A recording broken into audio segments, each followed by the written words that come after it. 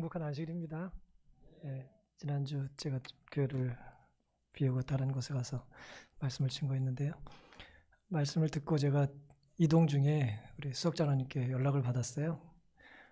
저 앞에서 의결이 됐다는 소식을 제가 들었습니다. 지난주 그 문자를 받고 받았던 그 감동이 아직도 좀 있습니다. 하나님께 많이 감사하셨습니까? 기도해 주시고 또 관심 가져주시고 또 참여해 주셔서 정말 감사합니다. 우리 장로님들 또 우리 집사님 사중창 하시고 나니까 누가 그러셨어요? 지금 잘하네 누가 그러셨어요? 하나님 보시기에 많이 기쁘고 행복하셔서 그렇다고 생각합니다. 우리 임춘희 집사님께서 얼마 전에 주님 안에서 잠드셨는데요. 오늘 따님 김영심 우리 따님께서 성전에 오셨어요. 환영합니다. 감사합니다.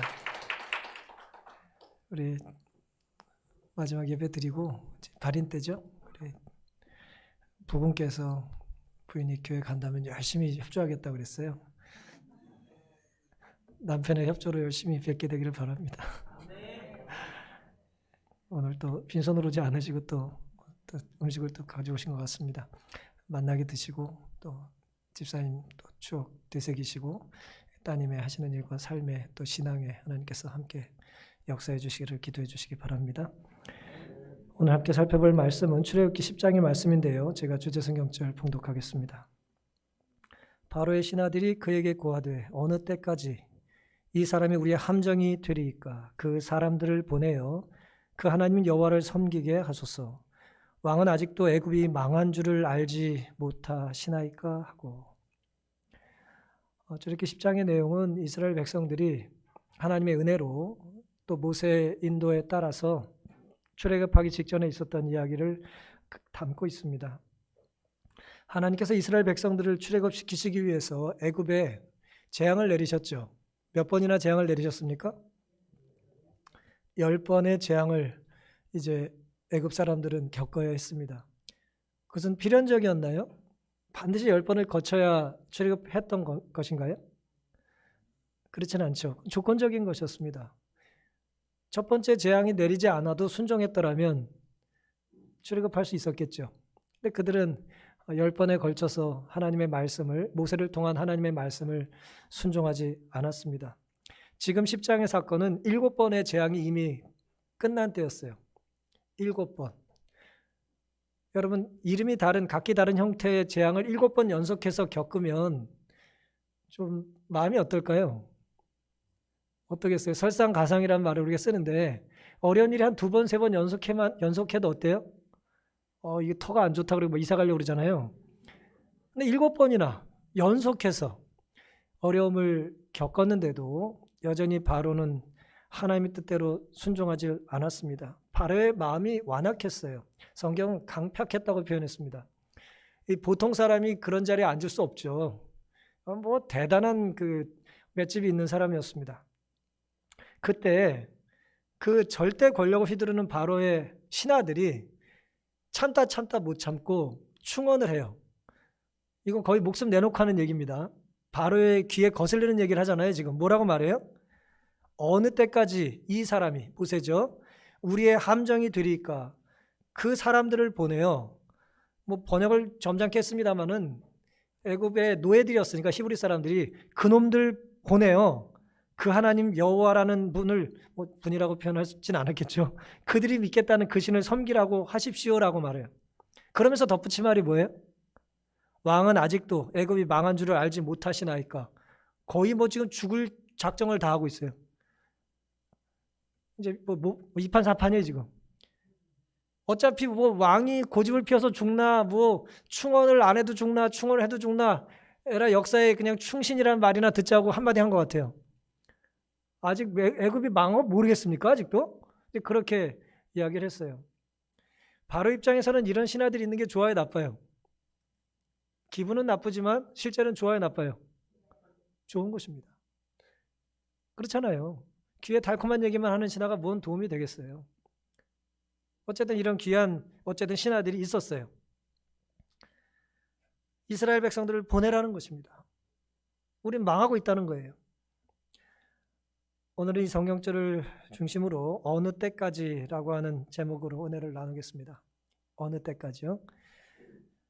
함께 읽은 7절의 말씀처럼 이제 바로의 신하들은 누구보다 똑똑한 것 같아요? 적어도 바로보다는 똑똑했던 것 같습니다. 힘이 있다 그래서 제일 똑똑한 건 아니에요. 그렇죠? 힘 있는 사람이 똑똑한 사람을 부리면 돼요. 근데 문제는 똑똑한 사람 말을 잘 안 듣죠. 소위 전문가라고 하는 사람들은 어쨌든 바로보다 더 많은 걸 봤고 많은 것을 알았어요. 시세 판단에 능했습니다. 그 신하들은 눈치가 빨랐어요.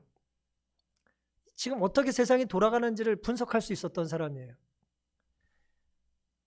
어느 때까지 이 사람이 우리의 함정이 되리까? 해답이 뭐예요? 자꾸 우리를 괴롭히는 이 사람을 뭐예요? 보내주면 될 거라는 거예요. 떼보내주면 되지 뭘 자꾸 붙잡고 있냐는 거예요. 그들이 원하는 하나님을 섬기라고 하고 왕은 아직도 애굽이 망하는 줄을 알지 못하냐고 이제 묻는 것입니다. 지난 여러 달 동안 7번에 걸친 재앙이 있었어요.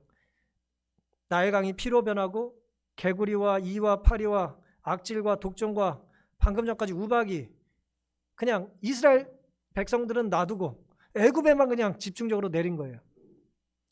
먹을 게 있을까요, 없을까요? 성경에 보면은 불이 섞인 우박이 내렸다 그랬어요. 먹을 게 하나도 없어요. 먹을 게 없어지면 누가 제일 괴로울까요? 가장 가난한 사람부터 힘들어지기 시작하겠죠. 근데 아직 누구까지는 괴롭지 않아요? 왕은 아직 먹을 게 있어. 여유가 있어야지. 절실하지가 않은 거예요.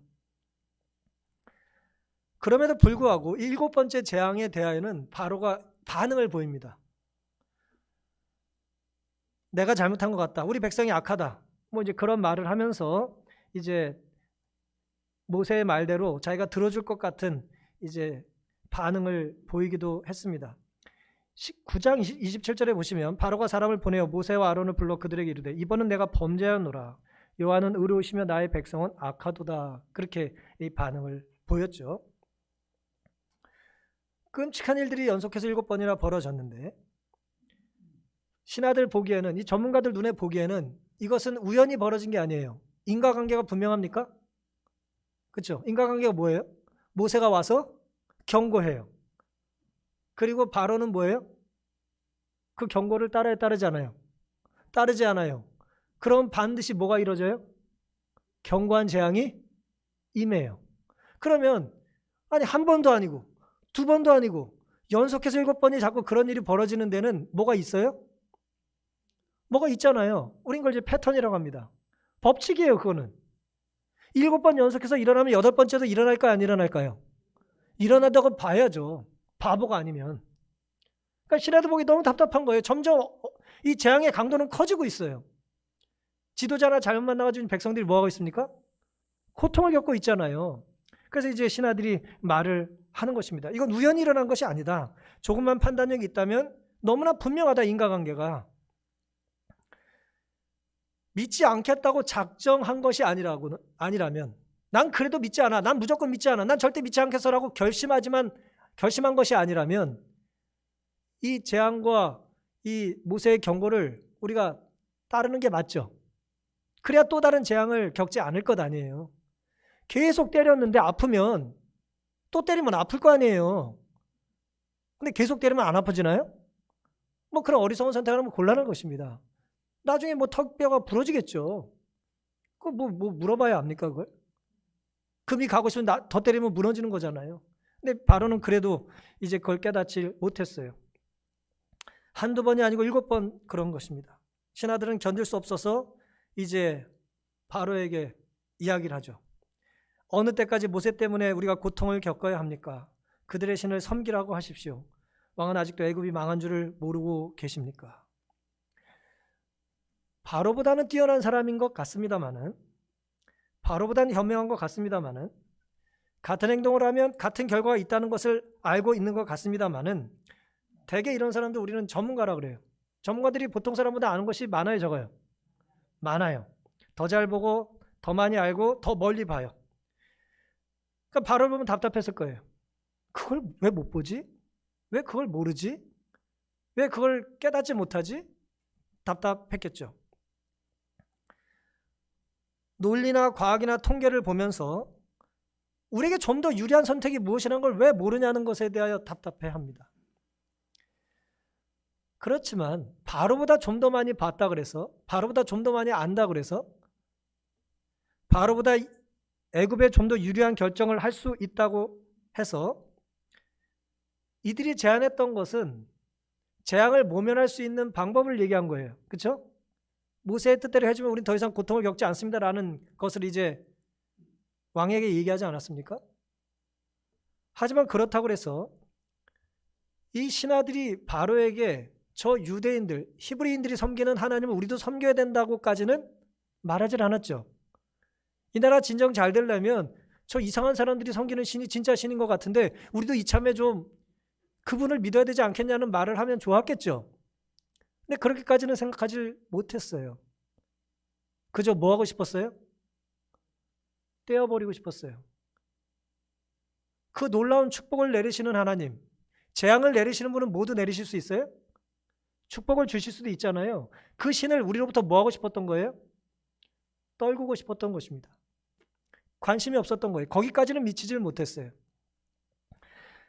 우리가 만약 전문가라고 그래서 공부를 많이 하고 생각을 많이 하고 통계자를 열심히 찾아가지고 피할 길을 찾는다 할지라도 결국 피할 길을 예비하시는 분을 만나지 못한다면 우리는 온전히 하나님을 만난 것이 아닙니다. 좀 더 좋은 선택을 할 수는 있어요. 사는 동안. 하지만 그 선택이 어디까지 닿아야 합니까? 하늘까지 닿아야 합니다. 이 땅에서 좀 더 안전한 길을 찾는다 할지라도 우리가 하늘 길 가는 길을 놓친다면 이 전문가 같은 삶이 무슨 의미가 있겠어요? 조금 더 많이 볼 뿐이죠. 조금 더 많이 누리고 사는 것뿐입니다. 그것은 하나님께서 우리에게 주어져 원하시는 것이 사실은 아닌 것입니다. 우리는 바로보다 많이 아는 것으로 만족해서는 안 되고 하나님의 뜻을 알고 따르는 데까지 나아가야 될 사람들입니다. 그 누구든 그 자신의 삶이 하나님을 섬김까지 연결되지 않는다면 그 삶은 진정한 삶이 될 수 없을 것입니다. 하나님을 안다는 것은 뭐냐면 믿음이 전제가 돼 있어야 합니다. 왜요? 우리가 하나님을 다 알고 믿는 게 아니잖아요.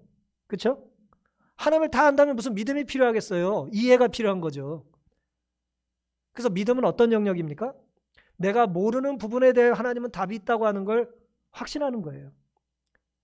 그래서 전문가의 오류를 우리가 범하지 않게 되기를 바라는 것입니다. 좀 더 많이 보는 것이 우리의 답이 될 수는 없어요. 좀 더 많이 하는 것이 우리의 길이 될 수도 없습니다. 우리의 길은 뭡니까? 하나님의 말씀에 순종하고 사는 것이죠. 그렇게 사는 사람이 옆에 있다면 그 삶을 통해서 역사하신 하나님 우리가 발견해야 될 것이고, 내가 불순종으로 자꾸 어려운 일이 가중된다면 이걸 통해서 하나님께서 나에게 주고자 원하시는 교훈이 무엇인지를 우리가 겸손히 깨닫는 기회가 될 수 있기를 간절히 바랍니다. 이 바로의 모습은요, 8절에 이제 신하들의 이야기를 듣고 이렇게 반응하죠. 모세와 아론을 바로에게로 다시 데려오니 바로가 그들에게 이르되, 신하들을 말을 듣고 다시 불러요. 가서 너희 하나님 여호와를 섬기라. 갈 자는 누구누구냐 그랬어요. 바로 마음이 어때요? 많이 바뀌었죠. 그렇죠? 엄청 바뀌었어요. 그래서 똑같은 얘기를 자꾸 옆에서 하면 좀 봄찔해요. 좋은 얘기를 자꾸 옆에서 하면 듣게 돼 있어요. 나쁜 얘기도 듣게 돼 있지만. 그래서 좋은 신하들이 어쨌든 좋은 얘기를 했더니 바로가 마음을 조금 바뀌었어요. 모세와 아론을 불러서 너 가라. 근데 뭐라고 말을 해요? 너희 하나님 여호와를 섬기러 갈 자가 누구냐 그랬어요. 제한을 두고 있는 거죠. 도대체 몇 명 가본데 그렇게 묻는 거예요. 이 말에는 어떤 뜻이 있습니까? 다 보낼 마음이 당연히 없는 거예요. 그리고 이 말에는 뭐가 포함되어 있어요? 보낼지 말지 누가 선택한다? 내가 선택한다는 거예요. 바로는 지금. 그걸 놓고 싶지 않았어요. 누구누구 가겠다는 거야? 일단 들어보겠어 라고 이제 말을 한 거죠. 그래도 어쨌든 많이 발전한 거예요. 모세와 바로 이제 아론 보기엔 많이 발전했어요. 모세가 이렇게 말합니다. 가로되 우리가 여호와 앞에 절개를 지킬 것인즉 우리가 남녀노소와 우양을 데리고 가겠나이다. 이 말은 뭐예요? 다 간다는 얘기입니다. 바로가 그들에게 이르되 내가 너희와 너희 어린 것들을 보내면 여호와를 너희와 함께하게 함과 일반이니라. 이건 이제 약간 조롱 섞인 말인데 보내지 않겠다는 얘기입니다. 삼갈지어다. 그렇게 못한다. 너희 경영이 악하다 그랬어요. 니네 계획은 옳지 않다는 거예요. 악한지 안 악한지 누가 판단해요? 하나님이 하셔야 되는데 바로가 하고 있어요. 이들의 제안은 자기에게 도움이 돼야 안 돼요? 도움이 안 되고 위협이 되고 있잖아요. 불가하다 그랬어요. 11절에. 그는 불가하니 애들을 못 보내겠다는 거예요. 너희 남정만 가서 여호와를 섬기라 그랬어요. 보통 성경은 남자 중심의 기록이니까 전쟁을 나갈 수 있는 남자 중심의 기록이잖아요. 그러니까 남정네가 60만 뭐 그러잖아요. 그렇죠? 남자만 가라. 집안의 대표만 가라는 거예요. 가장만 가라는 거예요. 여호와를 섬기라. 이것이 너희의 구하는 바니라. 이에 그들이 바로 앞에서 쫓겨나니라 그랬어요. 쫓겨났다는 얘기 의견이 합치가 됐어요, 안 됐어요? 의견이 합의를 못 봤어요. 가결이 안 됐어요. 통과가 안 됐어요, 지금. 이렇게 밀고 당기다가 이제 쫓겨났습니다. 바로는 모세의 말을 믿고 싶지 않았어요. 따르고 싶지 않았어요. 하나님이란 존재를 인정하고 싶지 않았습니다. 재앙이 일어날 때마다 두려움이 없었던 것은 아니지만 나름 견딜만 했어요. 그 두려움의 파도가 아직 자기까지 미치질 않았어요. 우리가 잘 아는 것처럼 언제 가야 무너집니까? 자기 아들이 죽을 때 무너져요. 근데 하나님 뭐가 아쉬워가지고 자꾸 그 아들을 죽게 하시겠어요? 7번의 거절이라는 건 뭐예요? 7번의 기회를 주셨던 거예요. 10번의 재앙이라는 얘기는 10번의 복받을 기회를 주셨다는 거예요. 그걸 다 거절한 겁니다. 하나님은 잔인한 분이 아니라 자비롭고 은혜로운 분이라는 뜻이에요. 하지만 바로는 그걸 거절한 것입니다. 우박이 불과 함께 떨어졌을 때 바로가 아까 우리가 살펴본 것처럼 잠깐 회개하죠. 9장 27절 바로가 사람을 보내 모세와 아론을 불러 그들에게 이르되 이번은 내가 범죄하였노라. 여호와는 의로우시고 나와 나의 백성은 악하도다. 34절 바로가 비와 우박과 뇌성에 그친 것을 볼 때 다시 범죄하여 마음을 완강케 하니 그와 그 신하가 일반이라 그랬습니다. 이거 뭐 다를 바가 없어요. 크게 다르지 않았던 것입니다. 23절에 보면 풀이 내렸다 그랬어요. 우박과 함께 풀이 내린 거예요. 왜 바로는 눈앞의 재앙을 목도하면서도 이처럼 고집스럽게 하나님을 대적했던 것일까요? 왜 그토록 고집을 부렸을까요? 하나님 뜻이 분명하잖아요. 말한 대로 자꾸 이루어지잖아요. 그런데 왜 자꾸 또 다른 결과를 기대했을까요? 바로의 마음은 그의 완고함이 한 단계씩 더해지는 자신의 길을 계속 추구해 감에 따라 점점 굳어져서 계속 빛을 거절하면 그는 더욱 강력한 가마력도 영구적으로 감명을 주지 못하는 것에 자신을 두게 된다. 무슨 말씀입니까? 처음에 한번 거절하고 나니까 두 번째 거절하기가 쉬워요, 어려워요? 쉬워져요. 세 번째는 어때요? 더 쉬워져요. 그렇잖아요. 우리가 어떤 나쁜 일을 하지 말아야 되는데 우리 마음이 일단 나쁜 일을 했어요. 거짓말을 했어요. 두 번째, 세 번째는 거짓말이 뭐예요? 전문가가 돼버리는 거예요. 자연스럽게 나가는 거예요. 이제 심장도 웬만하면 안 뛰어. 작은 거짓말에 심장이 안 뛰어요. 그렇게 되는 거예요. 좋은 것이든 나쁜 것이든 그런 것입니다. 길이 자꾸 열리는 거예요. 한 번 유혹에 굴복한 일이 있는 사람은 두 번째에는 더 쉽사리 굴복하게 될 것이다. 죄를 반복할 때마다 그의 저항력은 감소되고 그의 눈은 어두워서 죄에 대한 자각을 상실하게 된다. 그렇게 된 거예요. 그러니까 첫 번째 거절하고 재앙 임했을 땐 끔찍했는데 뭐 개구리 시간 지나면 없어지고 뭐 그거 뭐 버틸만 해. 뭐 그런 것입니다.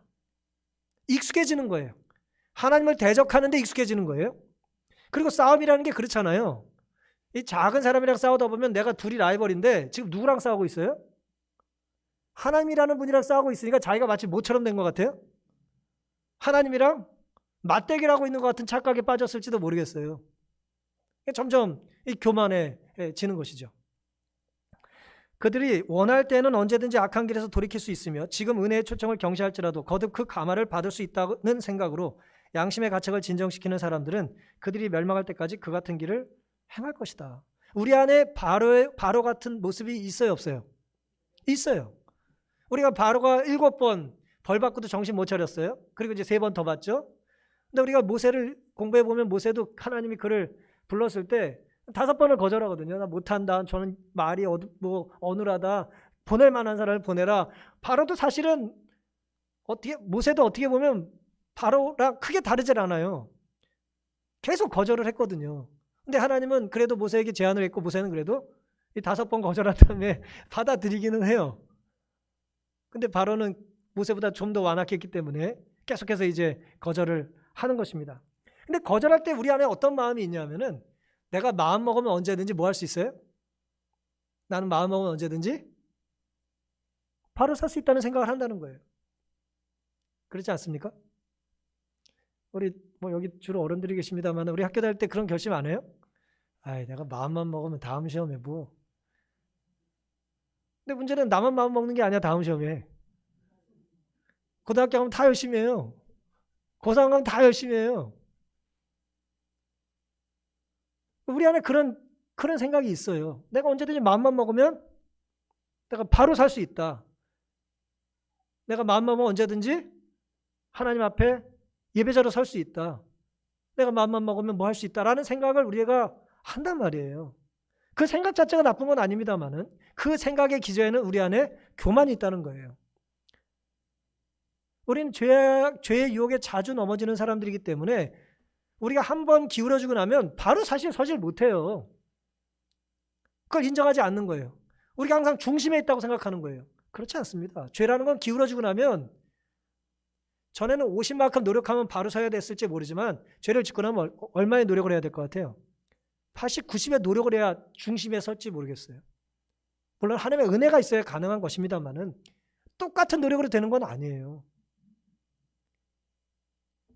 신발의 굽이 다르지 않았을 때는 우리가 바로 걸을 수 있는데 바로 된 걸음걸이를 우리가 하지 않아서 굽이 잘못 달면 바로 걷기 위한 노력이 훨씬 더 크게 필요하지 않겠어요? 그런 마음이 있어야 됩니다. 그런데 바로는 그렇지 않았다는 거예요. 때로 우리 안에 바로의 그런 교만이 있어요. 내가 마음먹으면 언제든지 할 수 있다. 내가 마음먹으면 언제든지 교회 갈 수 있다. 그렇지 않습니다. 내가 언제나 마음먹으면 거룩한 찬양을 즐겨 부를 것이다. 그렇지 않습니다. 내가 마음먹어도 나오는 것은 내가 그동안 했던 것이 나오는 거지 갑자기 거룩해지는 게 아니란 말이에요. 뭐 들어보셨겠습니다만은 한계 효용 체감의 법칙이라는 것이 있어요. 뭐 경제학 용어이긴 합니다만은 뭐 말은 좀 어렵습니다만은 뭐 그냥 단순하게 말씀드리면 우리의 만족도는 똑같은 게 반복되면 올라간다 떨어진다는 얘기예요. 효용이란 말은 이제 만족도라고 생각하시면 되니까요. 예를 들어 제가 사과를 좋아하는데 사과를 좋아해서 하나를 먹어요. 그럼 만족도가 크게 해요. 근데 사과를 2개 먹어요. 2개 정도는 먹을 수 있어요. 3개, 4개, 5개, 6개 먹으면 어떻게 될까요? 만족도가 당연히 떨어지죠. 그래서 만족을 보려면 이건 뭐 물량적으로 제가 설명을 드렸습니다만은 예를 들어 뭐 술이나 예를 들어 마약 같은 거로 설명을 드리면 만족도를 비슷하게 맛보려면 강도가 세져야 돼요. 웬만한 거 가지고는 만족을 못 해요. 그럼 사람이 망가지는 거죠. 우리 안에 그런 게 있어요. 왜 죄를 짓다 보면 자꾸 더 크게 질까요? 죄 질 때 그 긴장이 웬만해서는 안 느껴지거든요. 이제 그 즐거움에 뭐가 필요해서가 아니라 그 묘한 쾌감 때문에 이제 그렇게 우리가 죄를 짓는 것이죠. 우리 안에 혹 바로 같은 힘은 없다 할지라도 바로의 태도가 없는지 우리가 되돌아볼 필요가 있는 것입니다. 내가 감당할 수 있을 때까지 끝까지 버티는 거예요. 하나님 뜻대로 살지 않고. 끝까지 버티다가 뭐예요? 하나님을 마지막에 찾는 것이죠. 남정만 데리고 가라. 하나님과 자꾸 타협을 하는 것입니다. 내가 유리한 것을 포기하고 싶지 않은 거예요. 아니 애굽의 노예들인데 히브리 사람들이요. 다 보내면 여러분이 애굽의 이제 경영자예요. 애굽의 이제 바로인데 아니 허드렛 일은 누가 합니까? 몇 년 전에 그 우스갯소리로 뭐 그런 거 있잖아요. 소는 누가 키워요? 예? 밥은 누가 하고? 빨래는 누가 합니까? 누가 하냔 말이에요. 그런 허드렛 일을. 예? 청소도 하고 빨래도 해줘야 될 사람이 있는데 종이 있어야 되는데 다 가버리면 이제 그런 생각을 바로가 하는 것이죠. 바로는 그래서 히브리 사람들을 사랑해서 데리고 있고 싶었던 게 아니죠. 그렇죠? 일 시켜 먹으려고 붙잡고 싶었던 거예요. 하지만 여기에 바로의 착각이 있습니다. 히브리 사람들은 자기 노예가 아니라 하나님의 백성이었어요.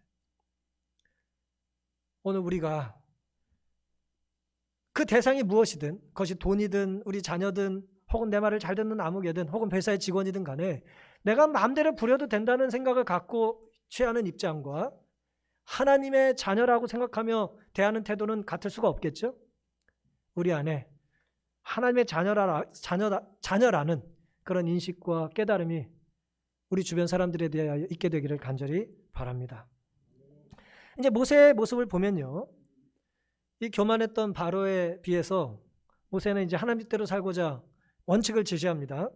8절 9절에 모세와 아론을 바로에게로 다시 데려오니 바로가 그들에게 이르되 가서 너희 하나님 여호와를 섬기라 갈 자는 누구냐고 그랬어요. 여러분이 모세라면 이 말을 들었을 때 마음이 어땠을까요? 마음이 어땠을까요? 지금 이 어떻게 상황이 좋아지고 있어요? 나빠지고 있어요?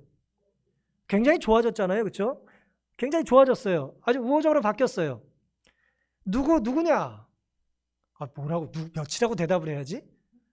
라는 생각을 할 수 있잖아요. 모세는 그런데 주저하지 않고 우리가 여호와 앞에 절개를 지킬 것인즉 우리는 어디까지가 우리예요? 어디까지가 우리예요? 히브리 사람이 다 우리예요. 우리라는 말 참 좋은 말입니다. 다 예외 없이 빠짐없이 다 나가야 된다는 거예요. 하나님을 섬기러 나가야 된다는 거예요. 여호와 앞에 절개를 지킬 것인즉 우리가 남녀노소 그럼 다 들어가는 거죠? 남녀노소 다 들어가는 거죠? 다 간다는 거예요. 그리고 우양도 데리고 가야 된다는 거예요. 재물도 바쳐야 되고 더 이상 우린 여기서 노예로 생계를 유지하고 살 마음이 없다는 거예요. 그래서 이제 아까 말한 것처럼 바로는 이제 장정만 내보내라는 얘기를 타협안을 제시한 거죠. 하나님께서 모세에게 재앙을 몇 번 내리시겠다는 횟수를 알려주셨어요? 내가 7번 줄게, 혹은 10번 줄게, 3번 정도 줄게, 4번, 7, 8번 그렇게 말씀하셨나요?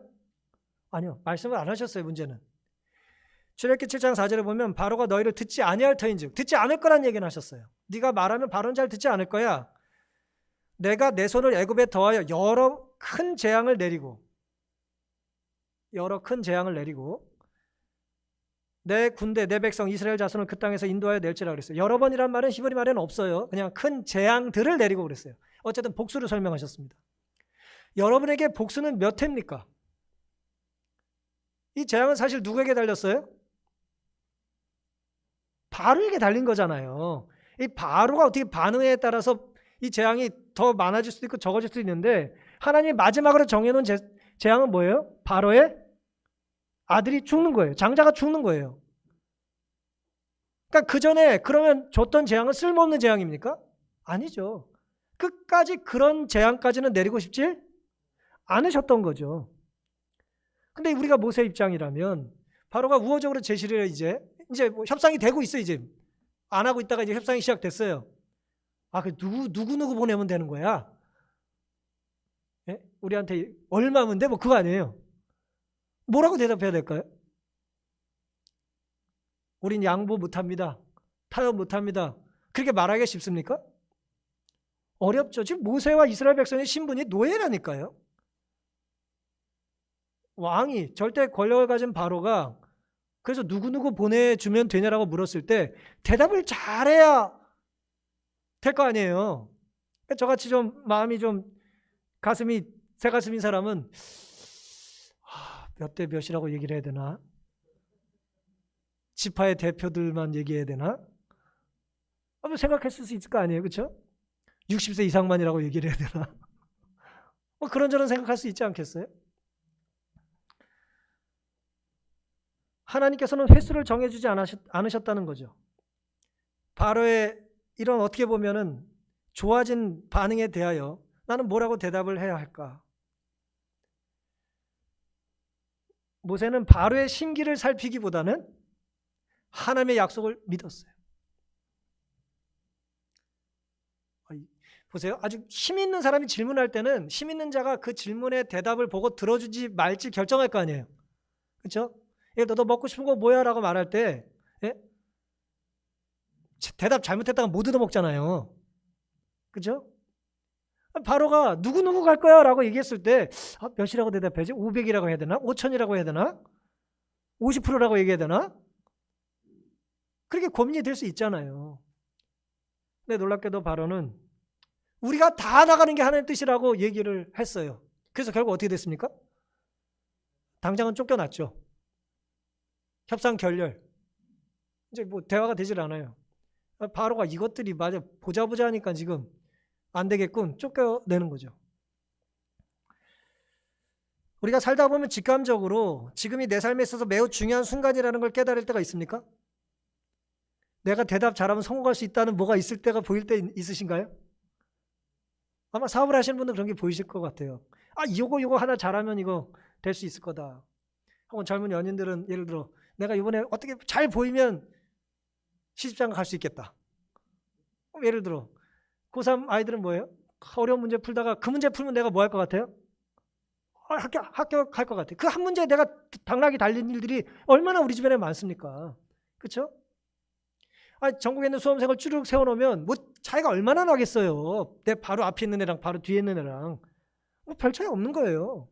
정말 하나 더 맞추고 덜 맞춘 거잖아요. 정말 중요한 순간에 우리가 직면할 때가 있습니다. 내가 뭐라고 대답을 해야 될까? 그냥 짐승은 다 놔두고 우리만 나가겠습니다. 라고도 좀 말할 수도 있었을 텐데 다 나가고 우양도 다 데리고 가겠다고 말한 거예요. 사랑하는 성도 여러분, 우리가 살다 보면은 분위기 파악을 잘 해야 되는데 우리가 파악해야 될 사실 분위기는 힘을 가진 사람의 심기보다는 온 우주를 통치하시고 창조하신 하나님의 섭리를 우리가 따르겠다고 하는 믿음이 더 커야 하지 않을까요? 그게 오늘 우리에게 필요한 것입니다. 현실적으로 100%는 불가능하니 50%. 상황이 이러니 뭐 30%. 상황이 이러니 다른 건 해도 일단 교회는. 우리가 그렇게 생각할 때가 얼마나 많습니까? 그게 뭐 잘못됐다 틀렸다라기보다는 오늘 우리의 마음 태도가 마음의 자세가 영적인 일에 있어서 하나님의 뜻을 구하는가 아니면 소위 전문가나 혹은 내 입장에서 최선을 구하는가라고 하는 것입니다. 얼마나 많은 경우에 우리는 최선을 다하여 살지만 하나님의 뜻대로 살지 않고 정반대로 주랭랑을 칩니까? 요나 같은 사람을 우리는 알잖아요. 열심히 사는데 엉뚱한 대로 열심히 뛰잖아요. 우리도 자칫 잘못하면 그럴 수 있다는 것입니다. 그럼에도 불구하고 하나님께서는 우리를 다 부르시는 것입니다. 빠짐없이 부르기를 원하세요. 저희 집에 자녀가 넷이에요. 제 자녀가 넷이라는 게 아니라 부모님의 자녀가 넷입니다. 본인이 종종 우리의 인자 돌림인데 이름이 헷갈리셔가지고 저를 부르고 싶은데 뭐 인경아, 인주야, 인수가 막 그러다가 제 이름을 부를 때가 있으셨어요. 헷갈린 거예요. 인자가 돌림이니까. 그러다가 야 비슷하니까 됐다 그러십니까? 넷인데 셋만 오면 75%가 괜찮나요? 두만 오면은 야 반이면 괜찮지 뭐 그러고 갑니까? 그러지 않죠. 오지 않으면 기다리는 것 아닙니까? 남녀노소 모두. 우양이라는 건 뭐예요? 하나님께서 우리에게 주신 것은 다 챙기겠다는 거예요. 하나님께 드려야 되기 때문이죠. 언젠가 제가 말씀드린 내용인데 엘리 위젤이라고 하는 노벨상을 받은 이 학자가 아우슈비츠에서 이제 살아남았어요. 아주 극적으로 살아남은 사람인데 이 사람이 이제 수용소에서 살아남고 마지막 이제 2차 대전이 점점 독일이 불리하게 전세가 펼쳐질 때 이제 러시아 군인들을 피해서 나중에 이제 이동을 해야 됐습니다. 이동할 때 무슨 뭐 아주 인권을 보호받고 이동한 게 아니에요. 그 짐승들, 가축들 수용하는 그 수용소 있죠. 그 짐승들 담는 그 기차 한 칸에 뭐 얼마나 크겠어요, 한 칸이. 예를 들면 이거 한 줄 정도 될지 모르겠어요. 혹은 뭐 거기에 100명씩 집어넣고 이동을 시켰대요, 한겨울에. 누울 수 있었을까요? 누울 수 없죠. 100명이 거기 어떻게 누워서 가요?